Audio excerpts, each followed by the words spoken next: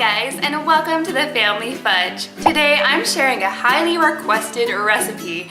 I'm going to show you how I make my homemade buttermilk ranch dressing. Not only is this dressing so easy to throw together, but it's so good you may never want to buy the store-bottled stuff again. So stay tuned and I will show you how to make it. Here's what you're going to need. I'm starting with half a cup of mayonnaise, half a cup of sour cream, a quarter cup of buttermilk, half a teaspoon of dried dill, half a teaspoon of onion powder, half a teaspoon of dried parsley, half a teaspoon of garlic powder, and half a teaspoon of Worcestershire sauce. And finally, a quarter teaspoon of salt and 1/8 of a teaspoon of pepper.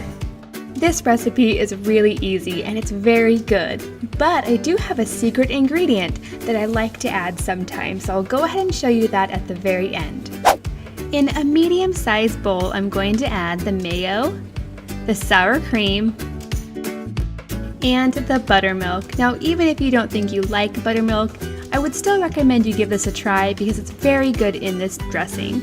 Next, I'm going to add the dried dill, the parsley flakes, the onion powder, and the garlic powder, also the salt, the pepper, and the Worcestershire sauce. And now just whisk to combine. It's really just that easy. And now to give it a taste. Yum, it is really good. And now for that secret ingredient. Sometimes I like to grate a little bit of fresh garlic into my ranch. It really gives it a nice garlicky, savory, bright flavor. But just a little bit. A little bit goes a long way. So I'm just going to whisk that in there, give it another taste, and now it's even better. I like to store my ranch in a mason jar with a lid. This lid has an easy pour spout, so it's really convenient. This will stay good in the fridge for a long time, but for my family it only lasts about a week. And now I'm just going to pop my lid on and stick it in the fridge. Now right before I want to use it, I do like to give it a good shake.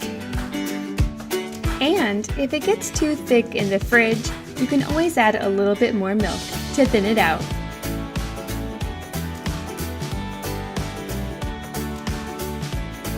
Okay guys, there you have it. Thank you so much for joining me today. If you like this video, please give it a big thumbs up and consider subscribing if you're not already. Thanks for watching and I'll see you next time.